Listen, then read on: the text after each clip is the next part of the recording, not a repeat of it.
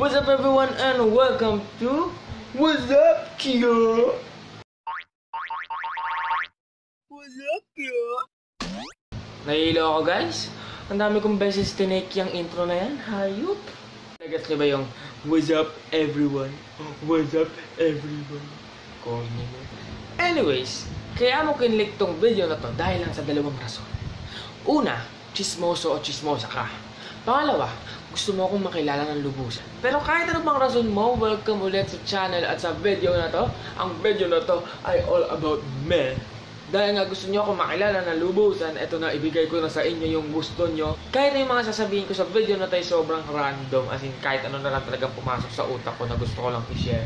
Pero makakatulong tong video na to para sa inyo mga nanonood ng mga kalagon ko dito sa channel ko, lahat na sumusuporta. So thank you, this is all for you.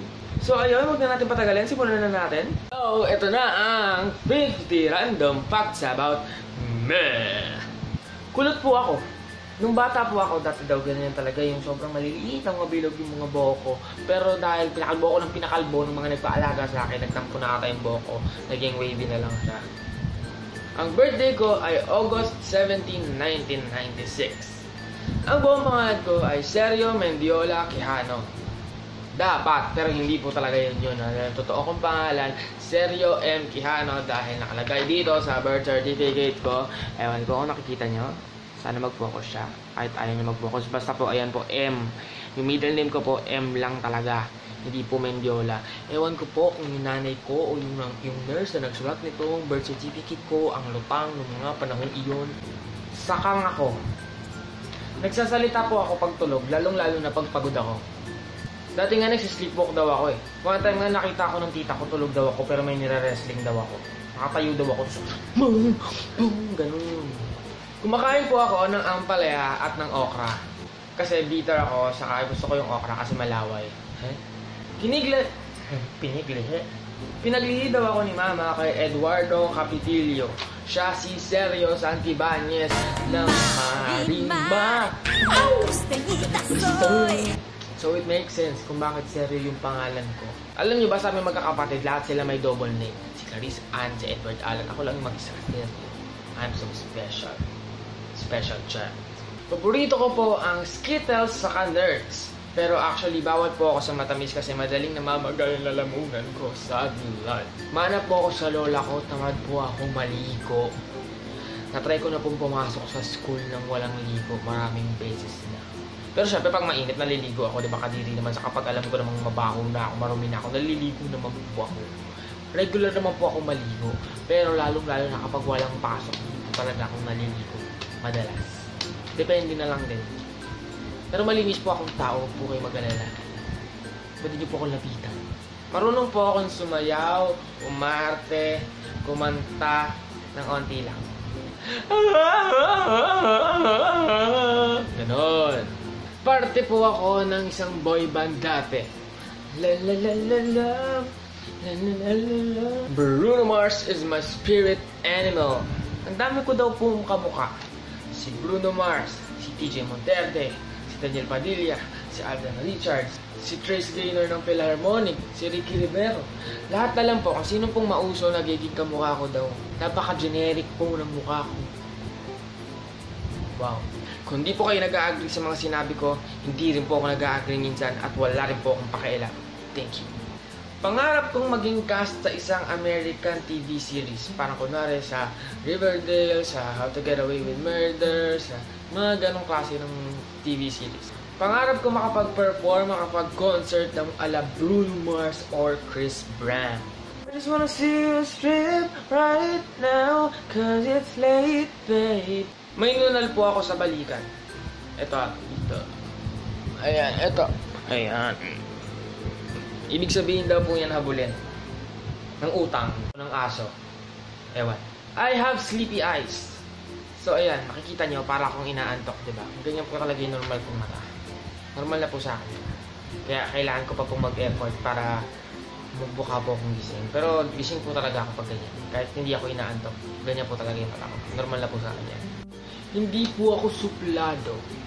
Mukha lang po akong suplado dahil sa mata ko, saka hindi po talaga ako palangiting tao. Masayahin po akong tao sobra, pero hindi po ako palangitin. Yung naglalakad ka, nakasimama. Normal lang po sa akin yun. Pero hindi po ako suplado. I-approach niyo po ako. Baka mawirdoan pa kayo sa akin dahil napaka-feeling close ko minsan. Basta, hindi po ako suplado. Period. Prangka din po akong tao, as in minsan straight to the point na sinasabi ko na talaga yung ayoko sa tao. Sa kapag hindi ko talaga gusto. Hindi ko talaga siya gusto. Kaya ako minsan madalas napapahama kasi yung bibig ko masyadong diretso. Pero wala akong magawa. Minsan hindi ko talaga mapigilan yung bibig ko. Pero wala, ganun talaga. Nakalunok ako ng hole nung bata ako. Lagi daw po ako nahuhulog sa kama nung bata ako, as in laging dug. So alam na nila na ako yung nahulog. Nahulog din ako sa hagdanan nung bata ako. Una po ulo. Nahulog din po ako kasama yung pinsan ko sa creek nung bata po ako. Nahulog din po ako sa maling tao. Aray, aray nako. Gusto ko po yung mga unggoy. Mahilig po talaga ako sa mga unggoy. Hindi sa dahil mukha akong unggoy.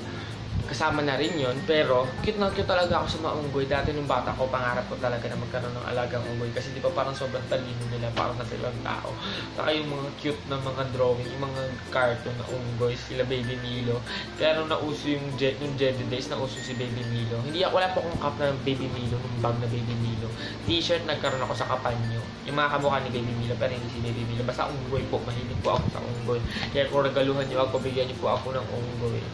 Clingy po akong tao. Lalong-lalo na kapag gusto ko yung tao. Pag nagustuhan ko yung personality ng tao. As in parang pwede kaming friends forever. Talagang may separation anxiety. Tapos clingy ako as in magaganon ako ng kamay. Nagkikling ako. Mahilig ako mang-akat. Leo ang zodiac sign ko. So kilala naman ang Leo sa pagiging matapang, baliw, balahura. Ewan ko basta. Yun. Hindi ako sure sa height ko. Basta ang alam ko mga 5'8", 5'9", ganun. I hate math! Alam niyo ba hanggang ngayon hindi ko pa rin memorize yung multiplication table. Tapos diba nung high school kapag may clearance, pag re-recitin ka nila ng multiplication table, lagi ko sinasabi, ay bang pakantahin mo na lang ako, pasayawin mo na lang ako sa harap ng maraming tao, wag mo lang ako pag-recitin talaga ng multiplication table, parang awa niyo naman. Mahilig ako sa Korean food. Lalong-lalo na sa kimchi. As in, kaya ko pong umubos sa isang buong garapon ng kimchi. Hindi po ako naaanghangan. Mahilig din ako sa mga horror movies. As in, talagang sobra horror movies. Walang-wala na lang sa akin yan. Kaya nabibisita ako pag may mga horror movies na hindi naman talaga siya nakakatakot. Paborito ang mga horror movies, yung mga Thailander, Japanese, Chinese, mga Asian. Lalo-lalo na yung mga Thailander. Manood kayo ng mga horror movies ng Thailander. Grabe, babangungutin kayo. Pero kung ako yan, hindi talaga. May special talent po ako at alam kong may mga nakakagawa din ito. Ito po.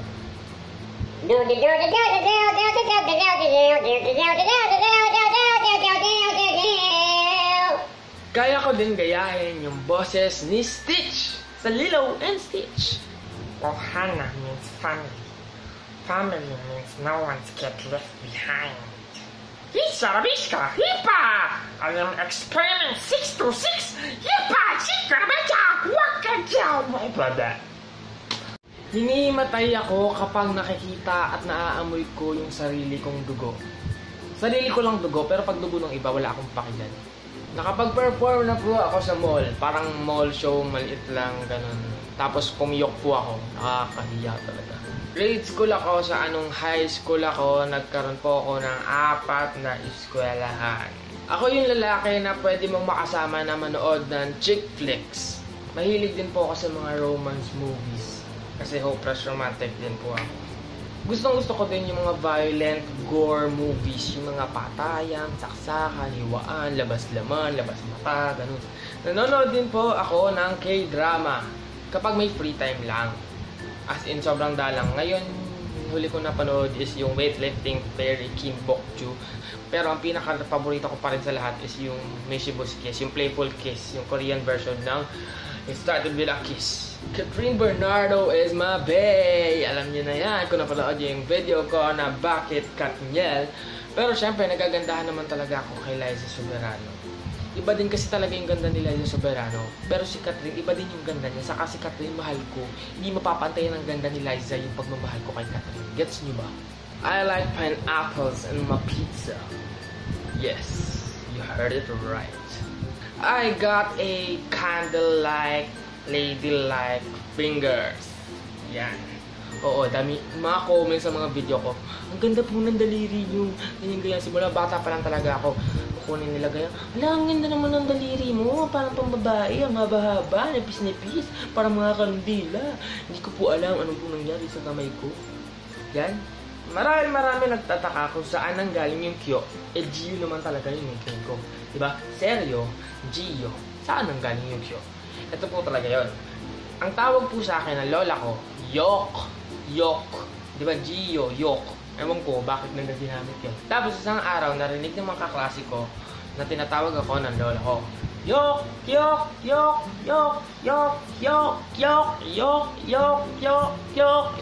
Nagets niyo ba? Nandun, yok. Akala ng mga kaklase ko nun, Kyo yung tawag sa akin. Tapos, dumagdag pa sa factor nun is kasi uso nun yung Yamato na Deshiko. At paborito ko din na anime yun. Dati, binato ko yung teacher ko sa ulo ng pop-up. Alam niyo yun, yung pop-up? Yung parang bawang na naging parang straw na pumuputok pag ginanon mo. Binato ko po yung teacher ko nun sa ulo. Kaya po ako nag-guidance counselor. Nung bata din ako, sa pagkakaalala ko, may sinaksak po ako ng pencil sa likod. Bumaon po siya. Hindi, yung mga ganun lang, yung LED lang yung bumaon. Pero nagdugo po siya. Tapos pinatawag po ata yung magulang ko. Hindi ko na maalala. Parang ano pa ako nung grade 1 lang yung grade. Ewan ko basta. May nabaril po ako ng pellet gun sa labi, sa bibig. Ganito kasi yun. Hindi ko talaga sinasadya. Kukwento ko. Uso kasi dati nun yung pellet gun. Sa Makati po ako nakatira nun. Tapos yung isa kong kalaro, sabi ko, "Oy, gusto mo ng magic?" Ano yun? Sabi niya. Eh sabi ko, "Kita mo itong pellet gun na to. May magazine siya." Kinas ako. Tapos, tinanggal ko yung magazine. Sabi ko, ito kakas ako Tapos, tatanggalin ko yung magazine Tapos, tinuto ko sa bibig niya. Sabi ko, puputo ko Wala naman tong balay, diba? Kasi nga, walang magazine. Tapos, nung pinuto ko sa labi niya, diretso talaga, BAM! Tapos, talagang namaga yung labi niya. Kasi talagang, makapal na kasi yung labi niya. Tapos, namaga talaga yung labi niya. Ganun, garabucho, grabe talaga. Kasi parang nag-violet pa yung gitna. Tapos, bilog na bilog yung violet. Kasi parang namasana, ewan, parang namuo yung dugo. Tapos, tinawag yung nanay niya. Tago talaga ako, tumakbo talaga ako. Pero sa dulo, kinausap ata yung nanay ko. Basta, hinanting ako nung nanay niya. Takot ako nun. Hindi ko naman po sinasadya. Kung napapanood niyo po ito, kung naaalala niyo po ako po yung nagabaril dun sa anak niyo sa bibig. Hindi ko po talaga sinadya. Bata po ako noon, inosente po ako. Hindi ko naman alam na makuha yung bala nun. Kinasak ko lang, tinanggal ko naman yung magazine. Sorry talaga. Nag-parking boy ako dati sa Makati. Kasi dati, nung nakatira ako sa Makati, yung mga tropa ko dun, kung ano-ano talaga yung mga trip nila. Tapos sumasama-sama lang ako. Tapos, meron doon isang lugar, parang Mercury Drug. Hi sa Mercury Drug, hindi po to indoors na. Tapos, Mercury Drug, nakatambay lang sila doon araw-araw. Tapos, dahil marami nga nagpa-park doon, kasi nga Mercury Drug doon, nag-tripan lang nila pag may magpa-park, gagawin lang nila, gagano'n lang sila. Tapos, after doon, bibigyan na sila ng pera. Ilang araw na akong tumatambay doon. Tinry ko din. Kasi ilang araw yun, mga nakakamagkano din ako sa isang araw, mga 100, gano'n. Mahilig po ako sa strawberries. Open-minded po akong tao. Kapag kumakain ako, tapos kunwari nag-usap-usap yung mga kasama kong na kumakain ng mga nakakadiring bagay accidentally, hindi po ako nandidiri, hindi po ako nawawalan ng gana. Kasi talaga kami nung high school, saka nung college, kapag nagbibisitan kami, kunwari kumakain ka ng spaghetti, ng chocolate, yak, kumakain ka ng buod yung kinakain mo, kadiri ka, yak, tae, kumakain ka ng tae, iyo, yak, kadiri ka, tae yan, imagine mo, tae yan, wala po akong pakialam, hindi po talaga. Hindi po talaga nawawala yung gana. So, I think yun na yun. Naka-50 na ata ako. Sana nag-enjoy kayo dito. Kung nagustuhan niyo itong video to, don't forget to give it a big thumbs up. I-like nyo na po ito. I-share nyo na rin. Kung nakarelate kayo or may pagkakapareho tayo na nangyari na sa inyo or pareho tayo ng quality or kahit anumang nasabi ko, comment down nyo na yan. Nag-reply po ako dyan. Please, mag-comment down po kayo. I appreciate all those comments in my videos. You know what I mean? At kung hindi ka pa nakasubscribe sa channel ko, you're missing out half of your life. Wow! Kung hindi ka pa nakasubscribe sa channel ko, mag-subscribe ka na at i-ring mo na yung bell to get notifications whether I post video. At ipagkalat nyo na rin sa friends nyo na nag-i-exist po ako. What's up, Kyo? Shameless Vlog Chef. Kung gusto niyo po ng good vibes, ayan, tumambay po kayo sa channel ko. Kung may mga request din po kayo ng mga ideas or suggestions, i-comment down nyo lang po siya kahit sa anong video ko. I-enjoy nyo lang po itong channel ko. And guys, to be connected with me, don't forget to follow me on my other social media accounts, Twitter, Instagram, Snapchat. My username is IamGio Quijano. Lahat po yun, IamGio Quijano. Kung mas active kayo sa Facebook, i-like nyo po ang aking Facebook page, www.facebook.com/whatsupkio. And I think guys, yun na yun. Thank you po dahil pinanood nyo po itong video na to. Mahal na mahal ko po kayo. See you on my next video. Ciao!